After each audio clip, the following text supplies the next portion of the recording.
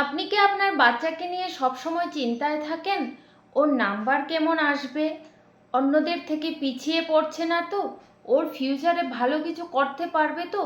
সত্যি করে বলুন তো, আপনি কি কখনো নিজের অজান্তে বাচ্চার উপর একটা চাপ তৈরি করছেন যে এটা পড়ো, ওইটা মুখস্থ করো, ওই সাবজেক্টে তোমার এমন নাম্বার আনতে হবে?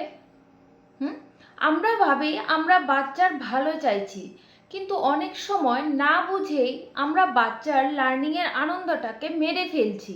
একটা ছোট একটা দৃশ্য আপনি কল্পনা করুন তো। একটা বাচ্চা ড্রয়িং করছে নিজের মতো করে, নিজের ইমাজিনেশন দিয়ে। হঠাৎ মা এসে বললেন, এভাবে না, ঠিক করে আঁকো, এইভাবে আঁকতে হয়।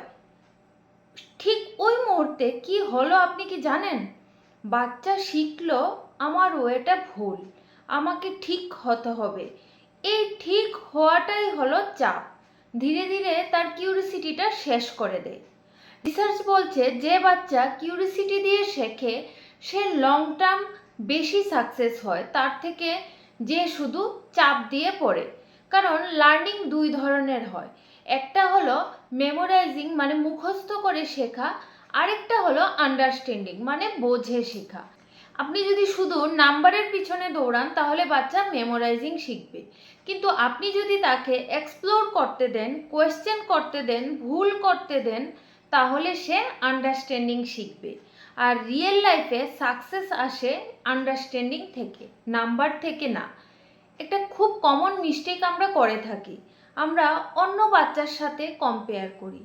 ওর 95% এসছে, তোমার কেন 80% আসলো?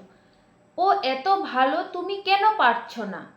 এই কম্প্যারিজনটা বাচ্চার মধ্যে একটা ইনভিজিবল ফিয়ার তৈরি করে।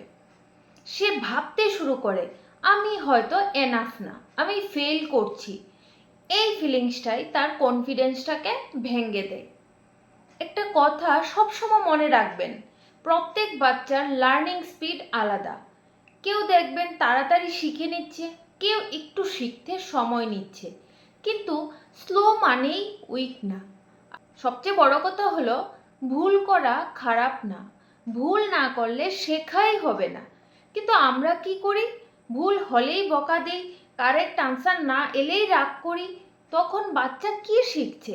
সে শিখছে ভুল করা মানে ডেঞ্জারাস, রিস্ক নেওয়া উচিত না। ফলে সে সেফ খেলতে শুরু করে, কোয়েশ্চেন করা বন্ধ করে দেয় এবং ধীরে ধীরে তার লার্নিং প্রসেসটা থেমে যায়।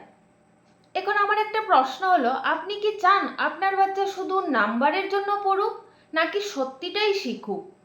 কারণ নাম্বার টেম্পোরারি, কিন্তু স্কিল পার্মানেন্ট। আর যে বাচ্চা 100% পাচ্ছে সে ফিউচারে সফল হবে, এটা গ্যারেন্টেড না। কিন্তু যে বাচ্চা প্রবলেম সলভ করতে পারে, যে নতুন কিছু শিখতে পারে, যে অ্যাডাপ্ট করতে পারে, সে লাইফে এগিয়ে যায়। তাহলে এখানে সলিউশনটা কি আসে? নাম্বার ওয়ান, প্রেশার কমান। বাচ্চাকে কখনো বলবেন না তোমাকে টপ করতে হবে, বরং বলুন তুমি বুঝে শিখো। নাম্বার টু, কোয়েশ্চেন এনকারেজ করুন। বাচ্চা যদি 10টা প্রশ্ন করে তাকে চুপ করাবেন না, কারণ প্রশ্ন মানেই brain active. Number three, mistake accept করুন।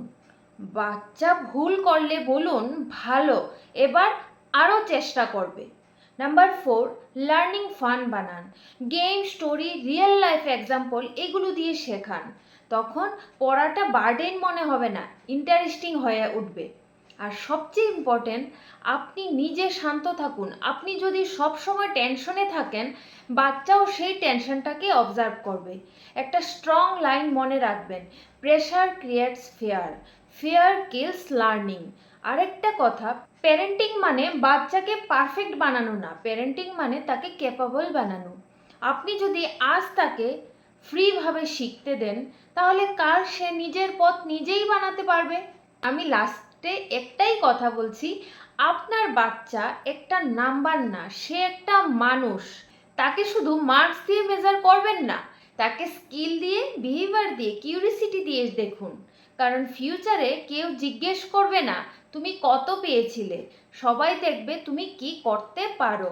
তাই আজ থেকে নাম্বারের চিন্তা আপনি কমিয়ে দেন, লার্নিংয়ের চিন্তাটা বাড়ান। আপনার বাচ্চা শুধু ভালো স্টুডেন্ট না, ভালো লার্নার বানান।